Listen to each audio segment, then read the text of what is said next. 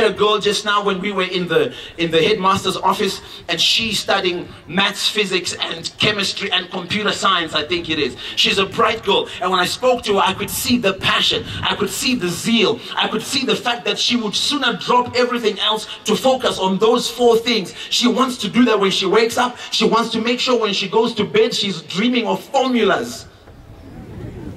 That's called passion. When you leave this school, it's not just your qualification that the world is after. They're after your passion. I've often said this to people. I've often said that start where you are with what you have, and the world will respond to your passion. My 2 final comments to you before I let up.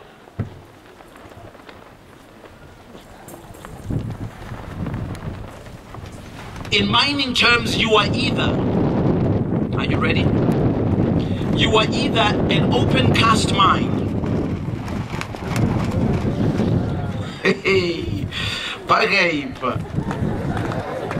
You are either an open cast mine or a deep shaft mine.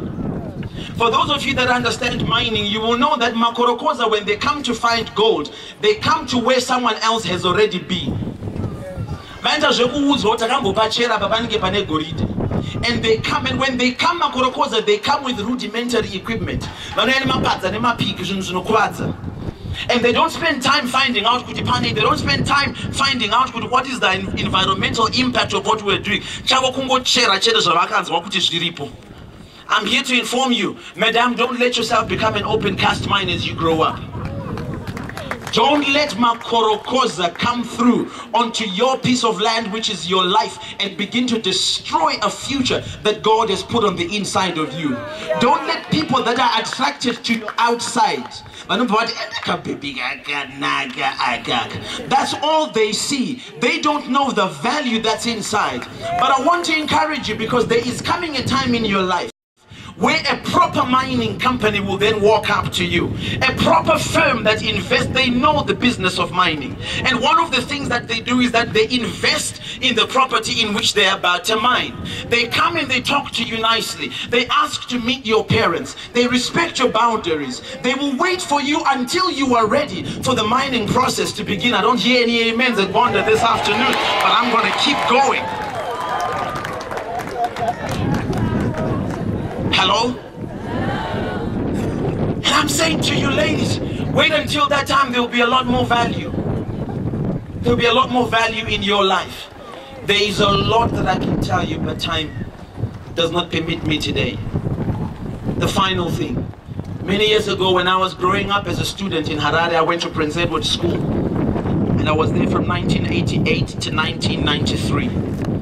And whilst I was at this school, one of the things that we would see on a billboard that was just outside the school, there was a big billboard that was there. And on the billboard, there was a picture of a big basket. You know those big baskets in which they put puppies in? Big baskets.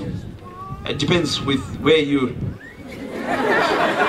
grew up, I suppose. And so we used to see this picture, and there were 4 little puppies, 4 puppies that were inside the basket. And when you drove past, you would look at the 4 puppies and wonder what the advert was about, until you read what the caption below said. This is what it said, Basamanga. The caption below, it said this. It said, "We may look the same today, but tomorrow one of us must take charge." It is when you read the statement that you looked at the picture a second time. And then you realize that there were only 3 dogs in the basket and 1 lion cub.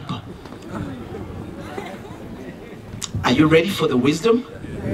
Here is the revelation. Because what's interesting about it is this, is that when dogs and cubs are all small, they look the same. They look the same. They have the same amount of energy and the same amount of strength. They have the same coat color if they're brown dogs like the ones that they just look the same. But something begins to happen as they begin to grow up. What am I getting at? Let me position.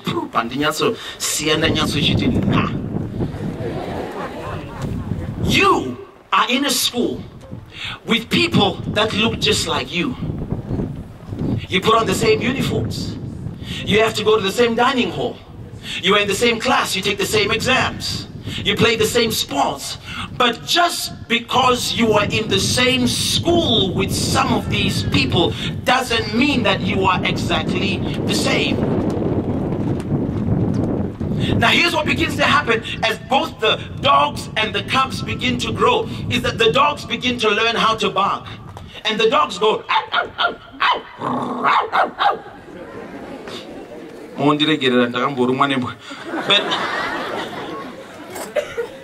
But what then begins to happen is that the lion cub starts to feel out of place. Because everyone is barking and he can't bark. Because everyone is eating sadza and he's not eating sadza. And sometimes you are tempted, even though you are a lion, even though you are a cub at your very core, even though you're called to be the king of the jungle, because everyone around you looks like a dog, the temptation is also to begin to behave in the way that everyone else is doing. You try to bark in the same way that everyone is barking. But your parents raised you right. Saka zinoramba. Hello?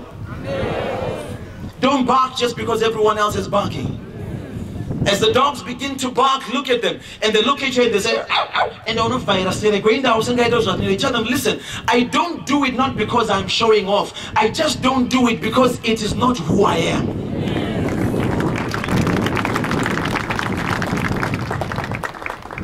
Ladies of Bonda, think seriously about your future. We may never meet again, and so I always take it as an absolute personal job to speak into someone's life. My prayer for you this afternoon is that God would raise you, that God would cause you to go past the different things that have claimed the lives of some of your forebearers. Those of you that are here and you have not thought seriously about your life and where you are going, I'm here to encourage you today. Your parents have played their part. They've paid your fees. Now play your part. Give them a good return on their investment.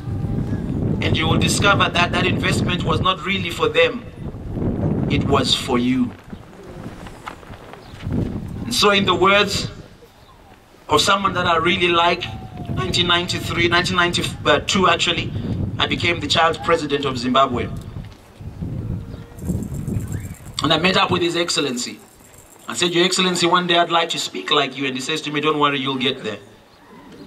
So, since then we kept in touch via WhatsApp.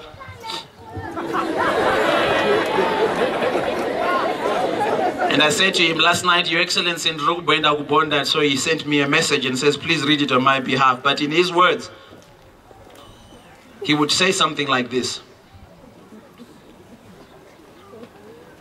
Pamsurui, Lord Bishop Vedu, the Right Reverend Eric Ruoda, Pamsurui Zekari, the Father Luke, Kadud Fudira, It Master Vedu Bisti Samanga, and Abai. Tinonzwa kufara ndezvaitwa.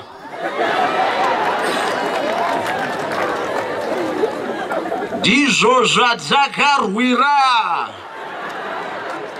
kuti vana vedu vadzidze muzvikoro zvakanaka. Tichatumira vhidhiyo yedu kumadistricts nemaprovinces ese kuti vaone zvavaita. And so on behalf of the people of the Republic of Zimbabwe, we say to the prize winners, Bakurukutu, congratulations, Amhlope, I thank you. Ladies and gentlemen, it has been an absolute pleasure, outstanding pleasure, spending time with you. If we never meet again, may God keep you, may God do well for you, and may you live long and may you live strong. Thank you and God bless you, and bye-bye.